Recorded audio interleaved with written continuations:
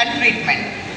How do we use and generate data through research facilities to understand the gender-related health issues and creating a gender nuanced studies and researches, so very important for women's health.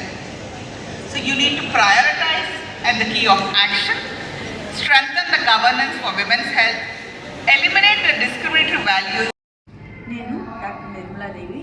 ఈ ఏపీసీఓజీ conference state లెవెల్లో జరుగుతుంది. దీనికి నేను organising చైర్పర్సన్ని.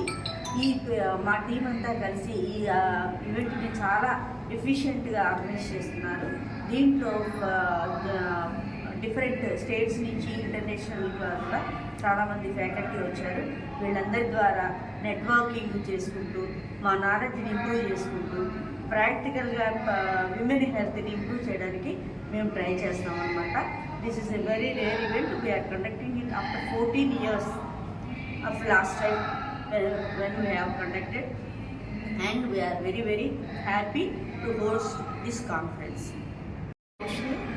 ఇవాళ మేము Andhra Pradesh conference of ఆబ్స్టిక్స్ and gynaecology conference చేస్తున్నాము. ఇది ఒక స్టేట్ కాన్ఫరెన్స్. స్టేట్ వైడ్గా ఆబ్స్టిషియన్స్ అండ్ గైనకాలజిస్ట్ ఈ కాన్ఫరెన్స్కి అటెండ్ అయ్యారు. టోటల్గా ఒక 1200 మంది డాక్టర్స్, ఆబ్స్టిషియన్స్ అండ్ గైనకాలజిస్ట్ ఇవాళ మా కాన్ఫరెన్స్కి వచ్చారు.